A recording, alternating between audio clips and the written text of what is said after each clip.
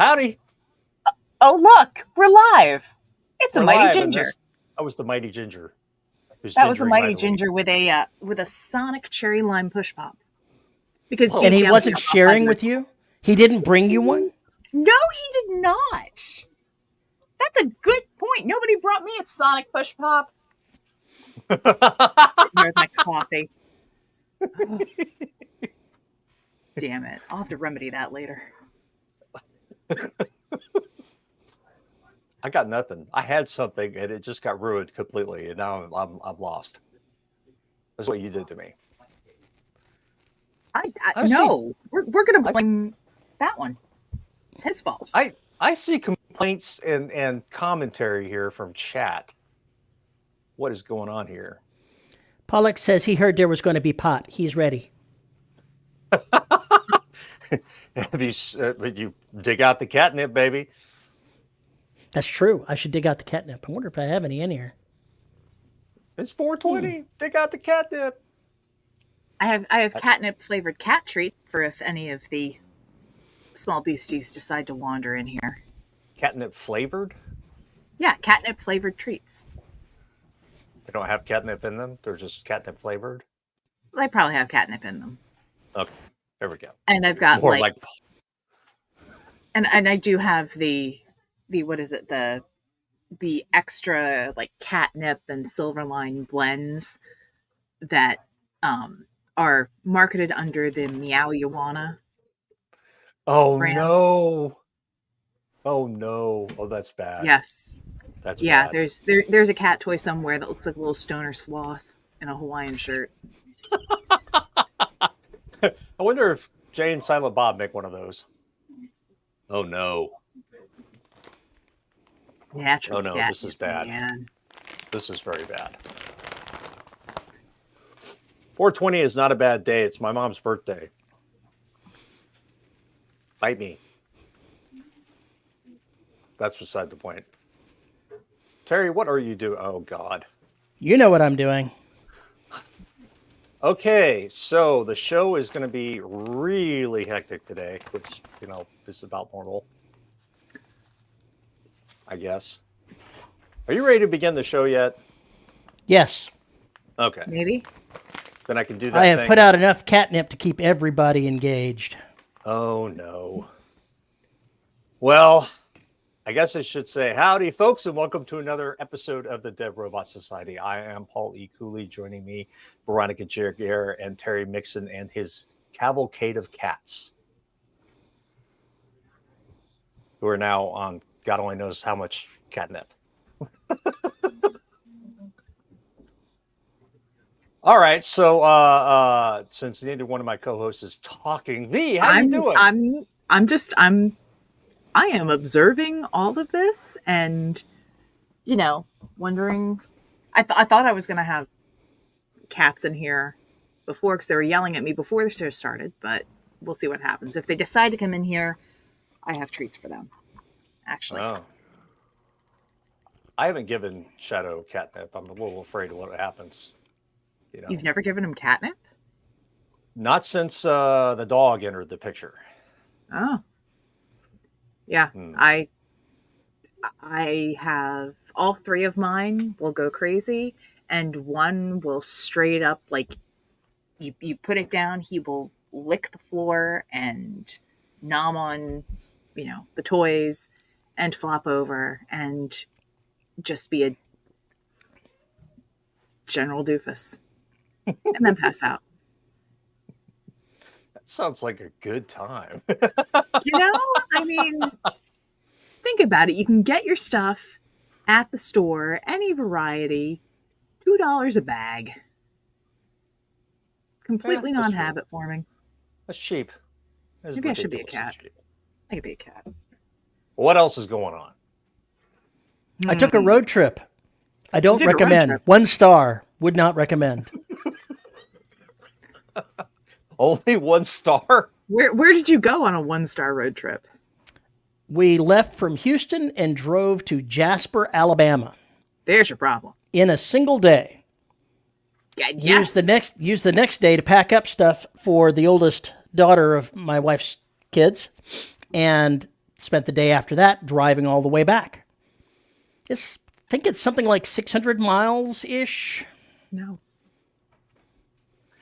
It was like leave 8 or 9 in the morning and be there at 10 p.m. is how it worked out. Yuck.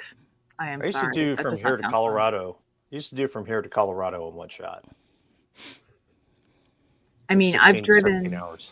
God, no. I've done from here to Biloxi in one shot, and that's 9-ish hours. And I've evacuated from here to Mobile before, I think it was Hurricane Irma, and that was 13 hours. And I was the sole driver, and I was driving my 3 children. I do not recommend that, because that involves driving I-75, and I-75 is hell. Satan's Parkway. Yeah. We have one of those too. It's called 610. It's a loop that goes nowhere and everywhere. Yes.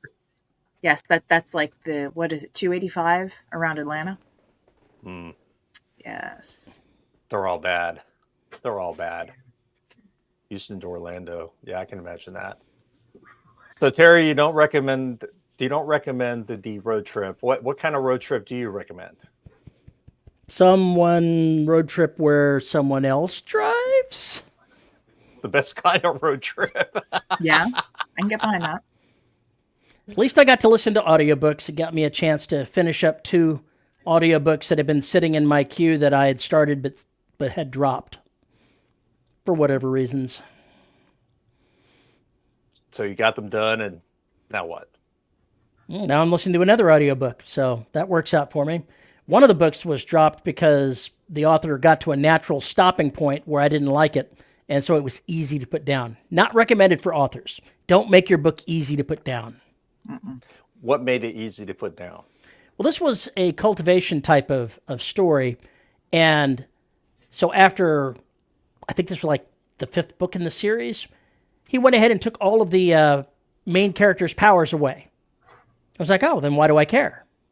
Book down. I'm done. Yeah, you can't neuter a character like that. So, okay, I don't know the book, obviously. What if the character ends up getting back their powers throughout the rest of the book? Oh, he got his powers back, but it was easy for me to set the book down and start other audiobooks at that point because I no longer had any interest in it.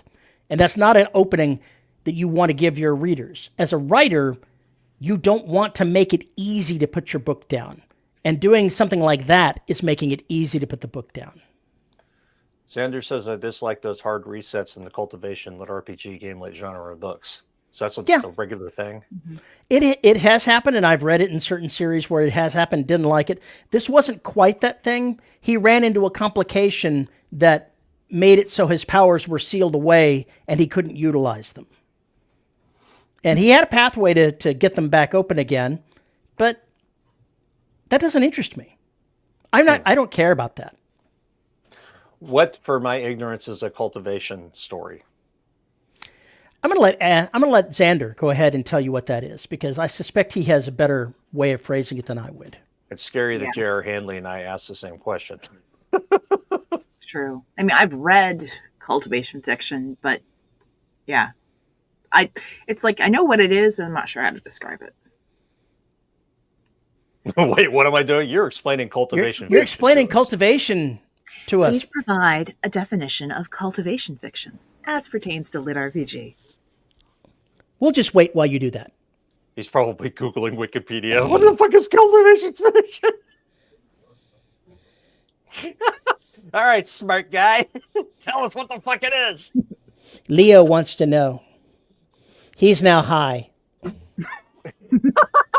His eyes couldn't be much wider, dude.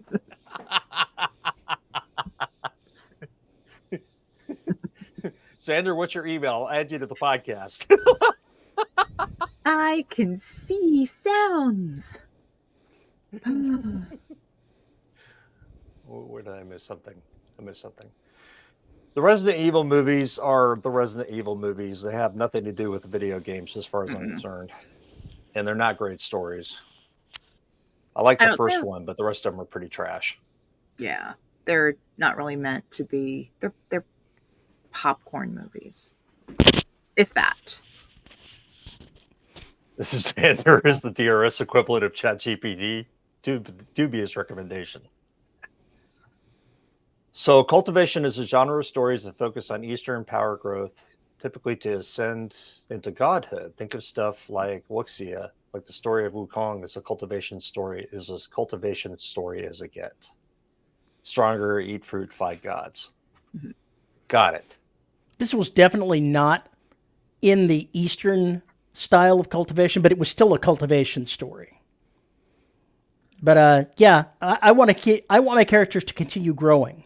They can have setbacks, but you can't wipe the board and make them lock everything away, because that's like taking your science fiction character and stripping him of all of his military rank and locking him in the brig, and with no indication of how long they're going to stay there. Who wants to read that story? That's not what I signed up for. You'd have to have Yeah. a hell of a character to care enough to stick around. Okay, I get it. Yeah, And that's that's the point. You have to really like them. That's Yeah. the point. Most people don't write characters that are that gripping to where you would carry the majority of your audience through such a major turn of events. If you change it for your readership and you can't carry it off, that's where you lose people. And that's not what you want to do. Jared says, Terry, you did that when you sent Jared to Earth and took away his toys. I don't know that I did, because while they were isolated away from the ship and they weren't having space battles, they were still fighting and doing things. They were not helpless. Xander says, but cultivation as a Western take is power scaling variant through training and meditation versus power growth through falling in radiation or getting a spider bite. Okay. And that's Okay. somewhat closer to what the story that I was reading was. Interesting. Xander, we like you. You're officially a ChatGPT genre dude. That's how we do this. Mhm. We'll just ask Xander for questions about any genres that we don't know about. There we go. We'll do that from now on. Yeah, taking away the genre trappings in any genre is a pain. What trappings can you remove? Well, Well, when you can't get science out of science fiction. True. When I took all of the characters in Empire of Bones and stuck them on Earth, the devastated Earth, I took away the space combat stuff that they could do. I took away a lot of the technological trappings that they had, but I didn't, reduce them to nothingness. I made things really hard for them at that point. But their core fight was still going on. It was a setback rather than a reset, if you will. Yeah, I think that would be the biggest deals. Like if I would take away everything the AIs gave to the humans in Derelict Saga, that would be bad. That would be very bad. It would fuck up everything. There would actually be, well, I'm not going to say anything else.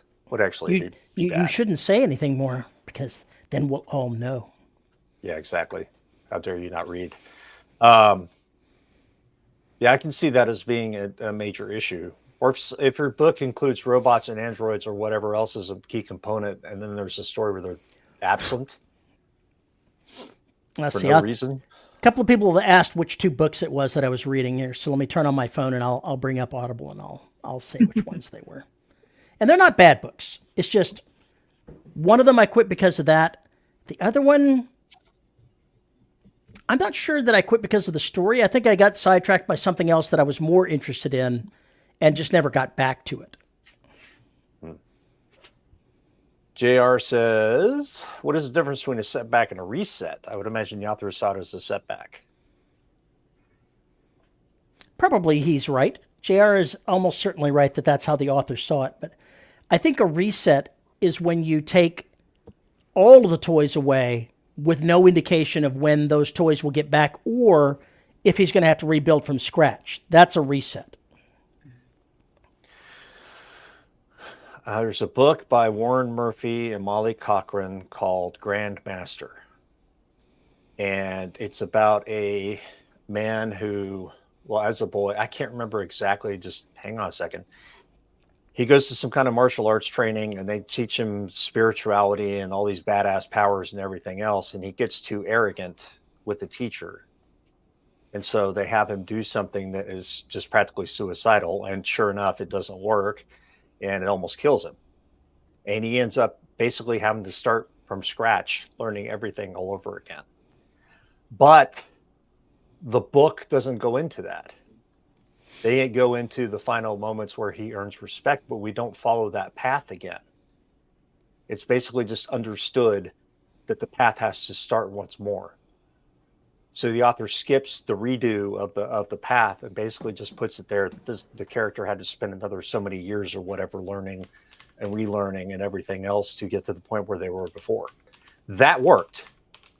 But it worked because we didn't see the second pass at it. If we had to see the entire second pass at it, that would be a problem for me as a reader. Because we've already gone through this shit. Yeah. I mean, you have to have a compelling character that you care about. That's the other thing.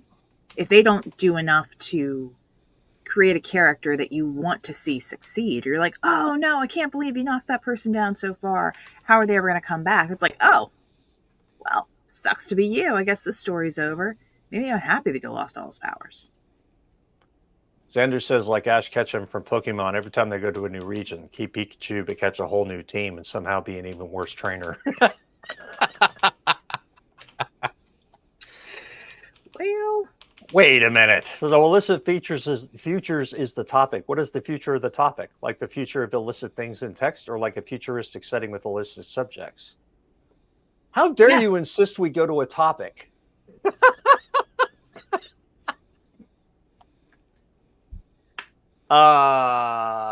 Terry basically, after I nixed an episode idea or reminded them that we'd done it recently, brought up the idea that since it was 420, which is the stoner holiday, so to speak, that we should talk about illicit substances and illicit practices included in your fiction. But before we get to that, I posted the 2 links that I said I was going to go hunt for in the live channel. And the book that I stopped because they reset was Transformance or Transformation by Seth Ring. Seth Ring. Okay. Well. No, and I'm concerned, Veronica, because I can also see the books that that my wife is downloading for Audible, and I find myself concerned here. Can you read that? Not really. Yeah. Why does she want to know about narrating audiobooks? What's going on here? That's what I want to know. I don't know, but I only recognize one of those names as an actual audiobook person. And I can point you to several sites that have a lot more information. So... yeah, she reads lots of audio. She listens to lots of audiobooks. And so sometimes I look in there and go, what is she reading? What is all of this about? Jared says, as long as she isn't looking for how to get away with murder. But that's what every wife has that book? I mean... well, she does watch all the murder mystery stuff, and I have seen her taking notes. I should probably be concerned. Aldous Huxley's New World, Brave New World. I put a link to the Wikipedia, the description of the book in the live channel, if you're not familiar with it. We won't have to go in very deep, but basically in Brave New World, one of the ways that kept society on an even keel was to get everybody stoned on a drug called Soma. It's basically kind of like an anti-anxiety psychotropic style substance. There we go. Mm-hmm. To keep people pacified. It's a major thing that runs through that book. And of course, he was making comments about things like television and yada, yada, yada, yada. We can throw away all the ideological crap. Bottom line is that was a big piece of that book and a lot of what was going on. And then you have novels like Less Than Zero, where the drug abuse is really big time, huge throughout the book. But so is a lot of illicit sex, so to speak. What would be in some corners considered illicit sex, but that's in there.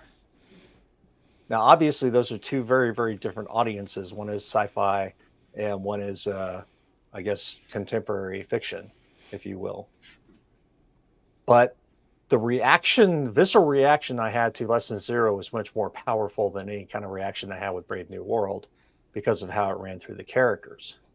But how do you include those things in your fiction, whether it be dealing with heroin abuse like Train Spotting, or what is that book? It's written in the 70s, I can't remember. Whether you're dealing with those kinds of issues, or you're just dealing with Jay and Silent Bob, who are basically constantly toking throughout their entire existence, except for one of the movies, maybe two of the movies, I can't remember. No, all of them. All of them. Yeah, by the third Clerks, they've, spoilers for those who haven't seen it, but by the third Clerks movie, the video store next to the Quick Stop is no longer a video store. Jay and Silent Bob own a dispensary, and it's Dispensary, right there. that's right. That's So, right. Oh, there's another one. Matt Baker's yeah. Fear and Loathing Las Vegas. There's another one. Mhm. Yes, exactly. I think the big split would be the ones where you have the drugs that are an element of the story, like the Soma is, and others where it could be seen as either promoting or glorifying it in a more positive light. Those are two different portrayals of illicit drugs, and I think the reaction you're going to get from the audience is different depending on how you portray it. When you look at Brave New World, it is seen as a tool of the oppressors, and that's the way that it's written. So there's not really anything to be pushed back against on that, because it's used in a negative connotation.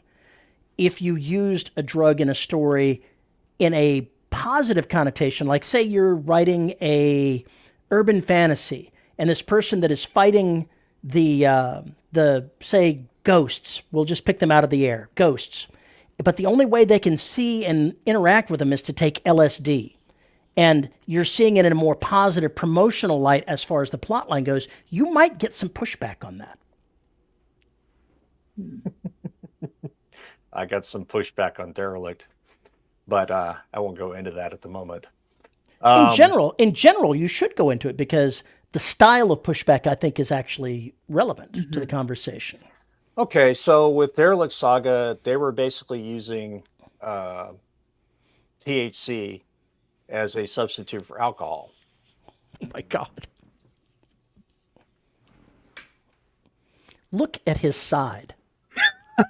It's covered in catnip. He is literally covered in catnip. He Does is he not high know? as a kite. Saving some for later, man. As I was saying, in Derelict Saga, they use THC primarily as a substitute for alcohol. They get stoned, they do their thing, they do a flush, and they're done.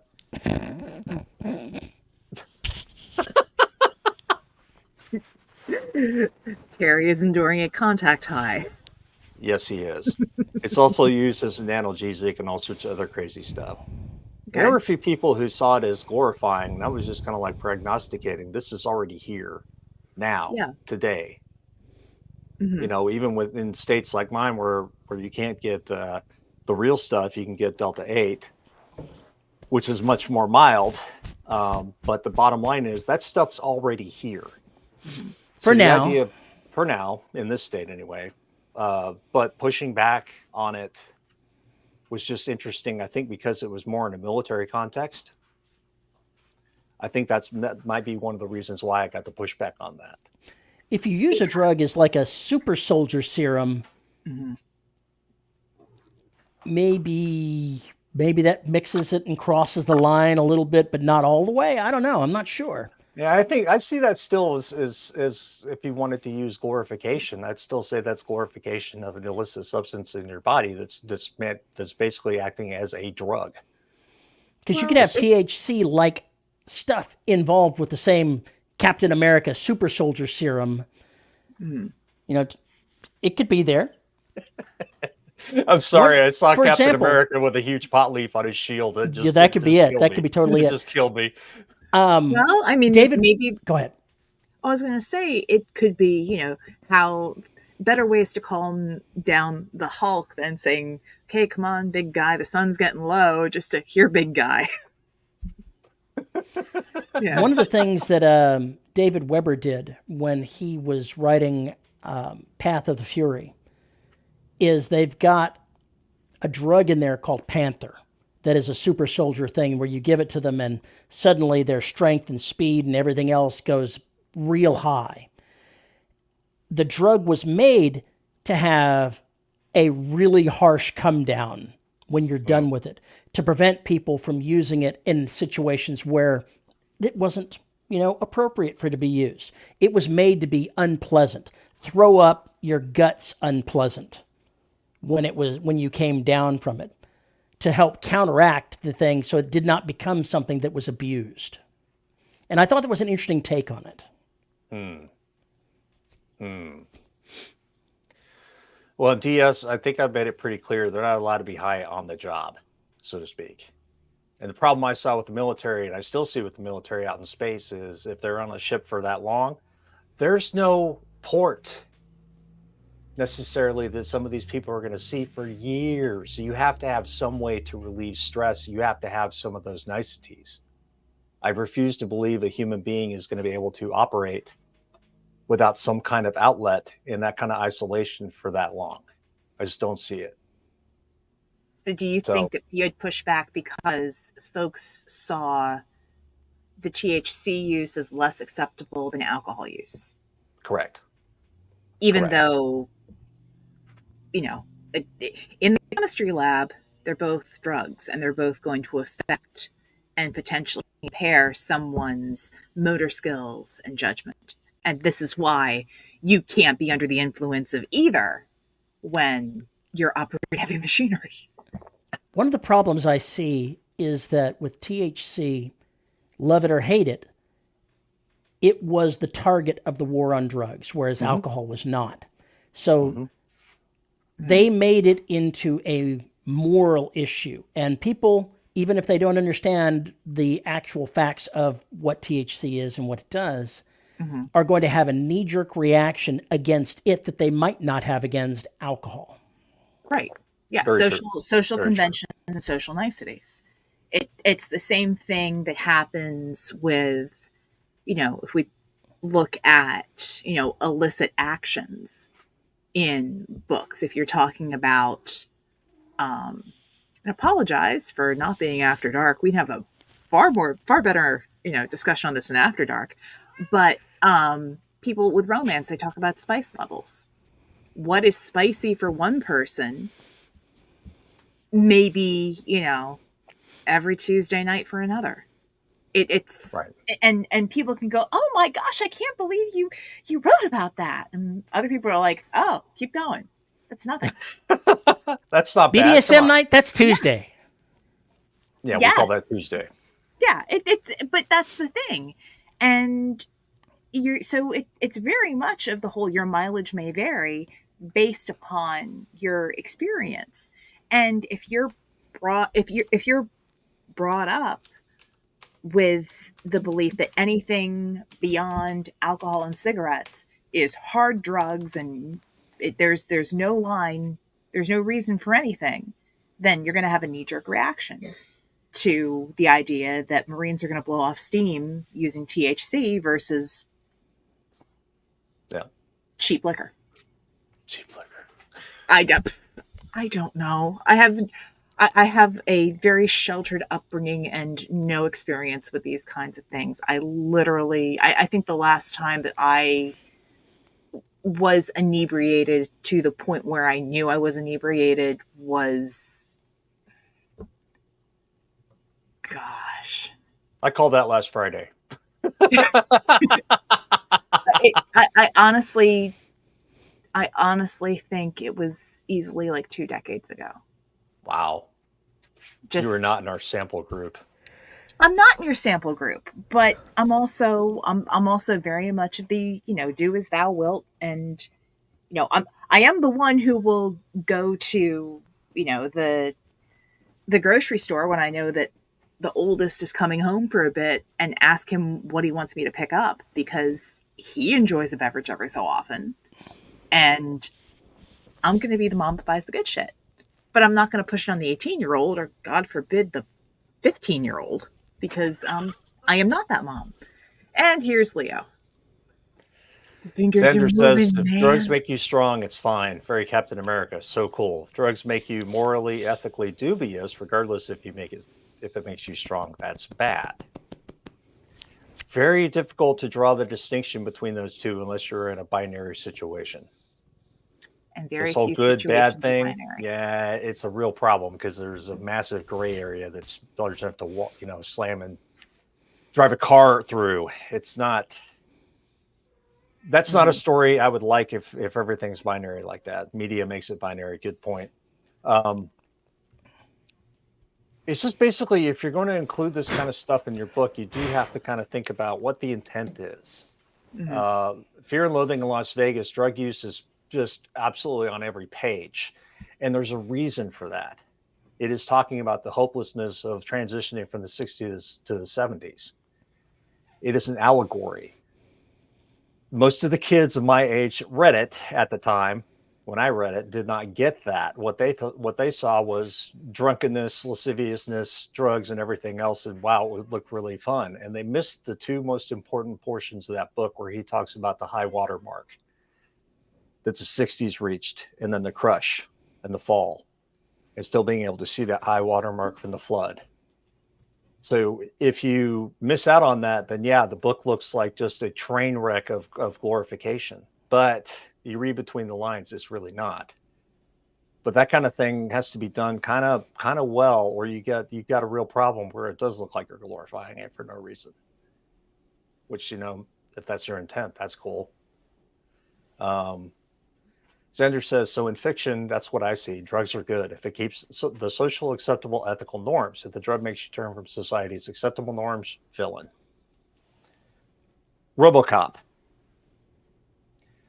was written and produced during the 80s, during the high, basically when the drug war was nearing its height.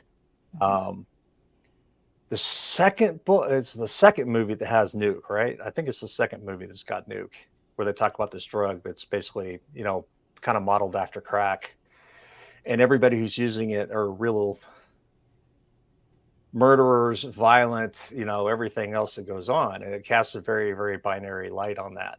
And in that particular superhero universe kind of thing, you kind of expect that because it was just basically drug bad, drug user bad, shoot drug user.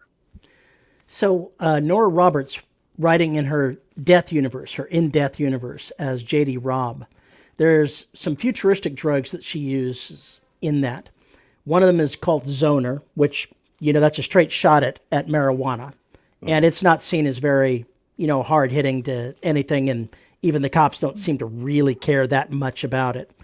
Other things that they've got is like a drug named Rabbit, which, takes your libido up a notch or two.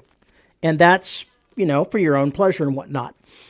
But there's another drug that's similar to Rabbit called Whore, and it takes your free will away. And that is an interesting distinction to take between Rabbit and Whore, because one of them is one where you control your actions, and the other one, someone is taking your free will away from you to turn you into a sex machine. Interesting. That also kind of fits with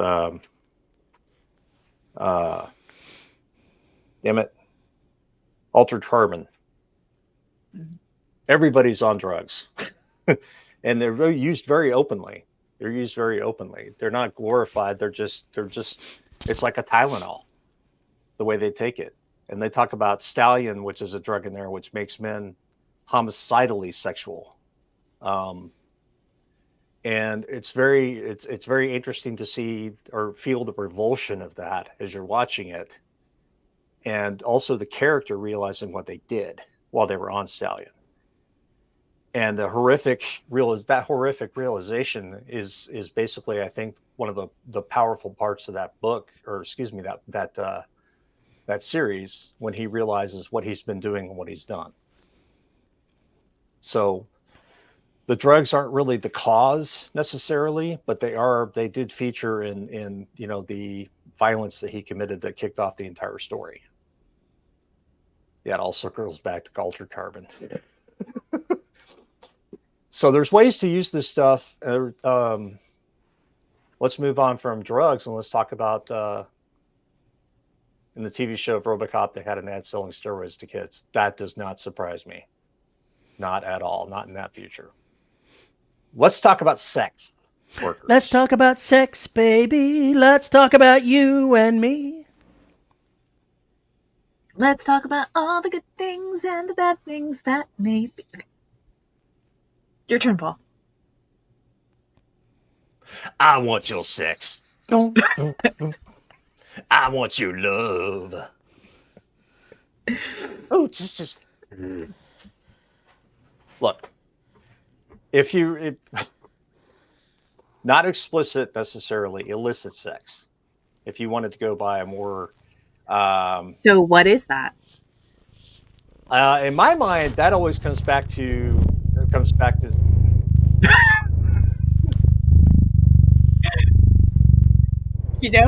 a part of the Howard Stern movie that reminds me of.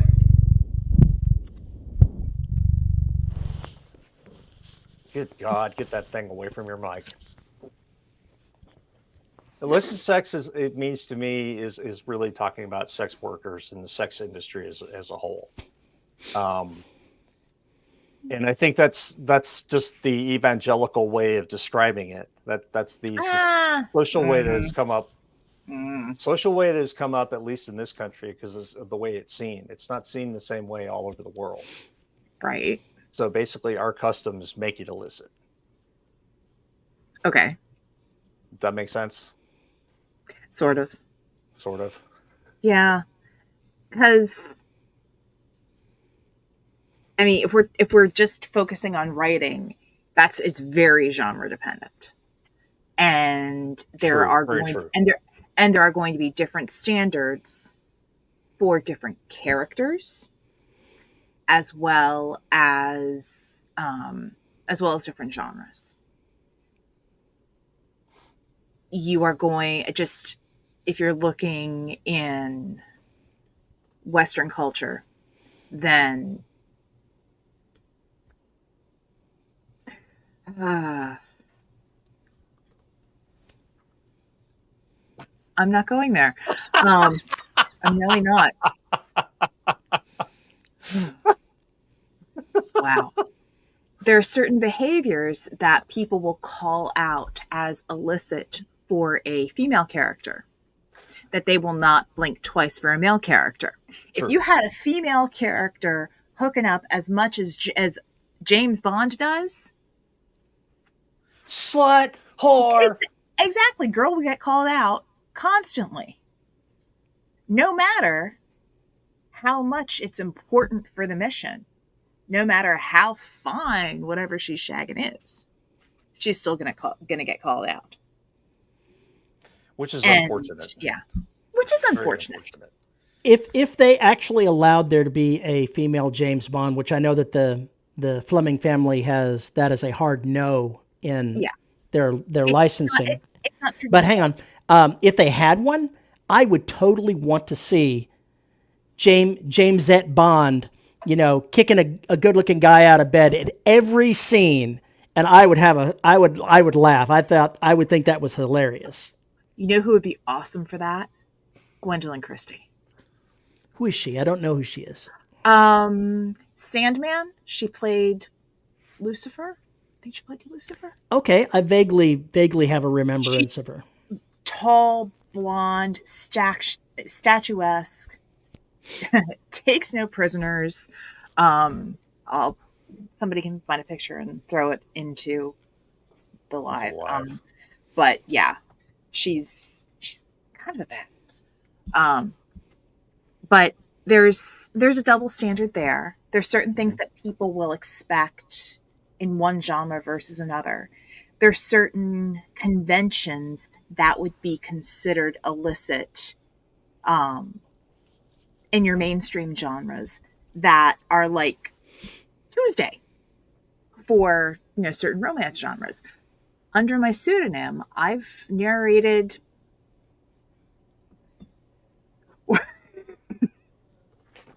I don't I'm need not sure how to parse that statement. I don't either, because that just tells me that I, I I can't. I just can't. I'm having no. Anyway, back on track.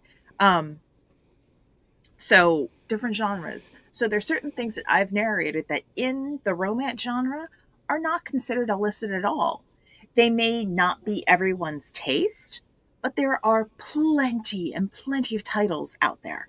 So it was it depends on your expectations. And if you're going to write that stuff and use it, you have to, and it goes back, you have to know your genre. Right. And I think it's also makes a difference of when you set it now, whether you set it in the past, whether you're setting it in the fantasy world or whether you're setting it in the future sci-fi. Right. Because you have the opportunity in the future and in your fantasy world to dictate what the customs are. Mm-hmm. Yes. In that particular case, you are building the world in such a way that not only does it allow this, it accepts this in some form. Or if it's illegal there, that's also another feature of why the customs work the way they do in that culture. Mm-hmm. It's an opportunity to really play with some things, and have a good time doing it. It doesn't have to be binary. It doesn't have to be filthy. You don't have to have, make a decision to go balls to the wall one way or the other, against or for. There's always this gray area, just like there is in the world now. We still have really good people who break speed limits and don't use turn signals. Okay, using turn signals is giving information to the enemy. In Houston, it sure sounds. True. So in the chat, JR mentions the female character from The Americans, Carrie Russell. Also, fantastic series. And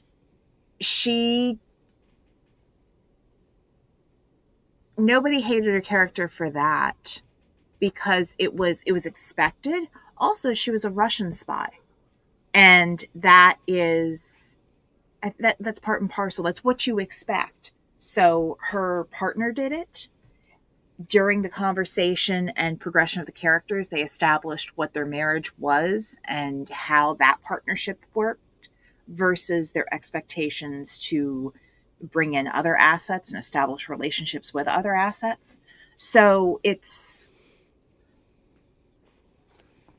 spy movies are one thing. I think if you had, say, a space pirate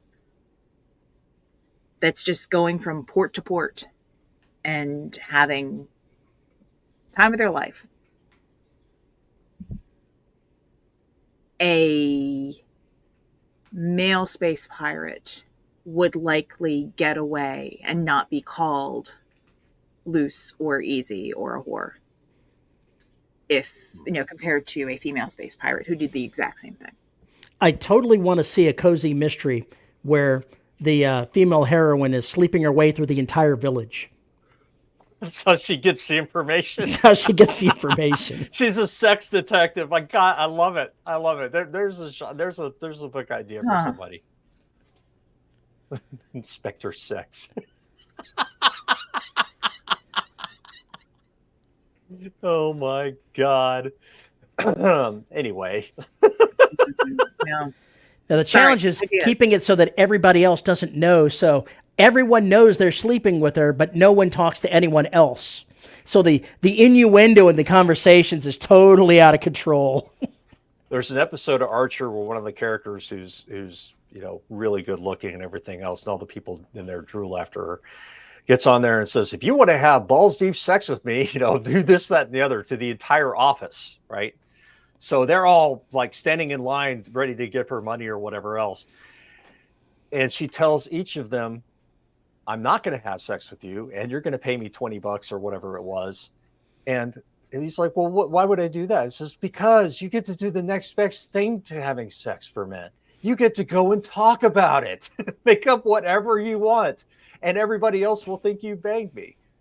But I didn't bang you, and they're not going to bang you either. Yes, but you're all stupid. You'll all act like you did. There are so many good storylines here, and I don't have time to write them. Well, the break's coming up in 15 minutes. You can make some notes. Okay, JR says there was a show about a female succubus called Lost Girl. Yeah. A succubi and incubi, they can get away with anything because that is part of their makeup. Mm-hmm. Yep. I could see there being a number of stories about succubi as sex workers. Why wouldn't you be? I mean, really? Yeah, there's.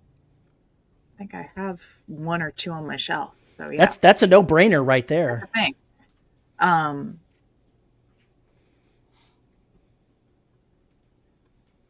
Seems like just a rampant feeding ground to me. And then the incubi could be, have a job in the porn industry. Well, good point. Well, the succubi could also have a job in the porn industry. True. The white family or the white vampires in Dresden? They were sex vampires, but I don't know that they did anything like that. Theirs were more under the radar. But they could drain if they wanted to. Yes. And they fed on emotion. Mm-hmm. And it was sexual related emotion. Which is an interesting conceit. Very interesting conceit to me. I mean, in some ways, that's Garaga to a certain degree with children, because they're essentially succubi and incubi. Mm-hmm. But they have their own problems. It's not an easy existence. But typically, they have an effect on their victims, their partners. They have a deleterious effect on them over time. So if they're sticking around with the same partner, the partner ages and will eventually die. So they have a nice little bargain there. JR says a male incubus can't do porn because they sleep with sleeping women and their actress co-stars are awake. Does it have to be a woman to sleep for an incubi to get their energy? They sleep with. I don't know that I've ever heard that. Yeah, technically yes. Okay. So the mythos would be that they gain their power by sleeping with women who are asleep. However, if they're just doing it, for a paycheck and promotional purposes, who says that they have to get anything from it besides that? It's a job. The other thing is, it depends on what rules you're making for your incubi, succubi, your sex creature, whatever you want to talk about. You dictate those rules. Mm-hmm. It's just like you dictate your rules for a vampire. What the fuck is a vampire? Oh, it drinks blood. Okay, it's great. That has no dogma associated with it. That has no built-in rules, except for people who really, really like vampires and into them and think about them only one way, which is bullshit because they're not. If you go look at any of them, they have different rules. They're different. The idea of a vampire exists in many, many mythologies. And while there are some conventions that stay the same, others are wildly different. So the whole thing about being able to see in mirrors or being out in the daylight or being allergic to certain things, not all of those have to hold true. And you can say it's like a vampire, but not actually called a vampire, and then have it all those other, just like the way that you make up some kind of drug. It can be like this kind of drug. You don't call it that name, but because you've established the rules and conventions, it's a tool to be used in the story. Then we get back to Zoner and Rabbit and Whore, things like that. Yeah, exactly. Or Stallion or whatever. That's where I think you can have the most fun as a writer, is when you have a chance to rework those cultural things and play with them. You know what it actually is? With your world building. It's stealing tropes and conventions to where everyone recognizes that you're using them, but by changing the name, you're going, even though I'm using this trope, you can't say that I'm using this trope because here it is, and you must accept this new information. Or, actually, with taking tropes and turning them on their heads, think about the trope of the stoner. Think of it, it's usually a side character. They have, if they have, they're a joker character. They're the fool. It's a modern take on the archetype of the fool. But if you go look at one of my favorite movies, Dogma, they take that and they flip it around, because your stoners, your Jay and Silent Bob, they're the prophets. They're supposed to be able to, call out and predict things. This is going to happen. They're going to go with you here. And you're like, what? These guys that we can't take seriously, they can't even drive a stick shift. These are the people that are prophets. Are you kidding me? I just posted their image to live. That's not Bob Joe. That's not Bob and Jay. That's not Jay and Silent Bob. No. No. But they are kind of your prophets, if you follow the storyline. If you follow that convention, yes. Yes, they are. Bill and Ted's excellent. Oh my God. Yeah, Bill and Ted's Excellent Adventure. It goes through. I mean, you've got, if you want to go all the way back, you've got Shaggy from Scooby-Doo. We have all postulated that. Postulated? What the fuck do you think a Scooby snack is? Holy crap. It's a damn pot cookie. Yeah. It's catnip. There we go. You want one of those, Bud? Yep, I have a cat that's going to come in. Oh my God, put him down. She's so, yeah, see? This is mine. Are getting high. Yeah. But you've also got Jay and Silent Bob. You've got Harold and Kumar go to White Castle. Yeah. You've got Spinelli from Fast Times at Ridgemont High. You've got the dude. Yeah. Oh, the dude. The dude abides. The dude abides. I mean, what are you going to do? That movie is so bad. I don't love that movie. That's just your opinion, man. That's just your opinion. That's just like your opinion, man. I love that. I love that movie. The Big Lebowski. Yes. Yeah, that'll come out some groovy treats. Still from the best episode of the Venture Brothers. That's where they kill. That's where Brock. Is it Brock that kills all the entire Scooby crew? I think that's right. I think it's Brock. Brock is high on something and mistakes the Scooby-Doo crew, and it's bad. It's real bad. Boss is a Dudist priest, ordained Dudist priest. That's kind of cool. That would be one hell of a wedding. Technically, I'm an ordained minister, so I just have to form the Church of Garaga, and we're in good shape. Yeah, evil Scooby gang in that episode. Yeah, okay. Just making sure.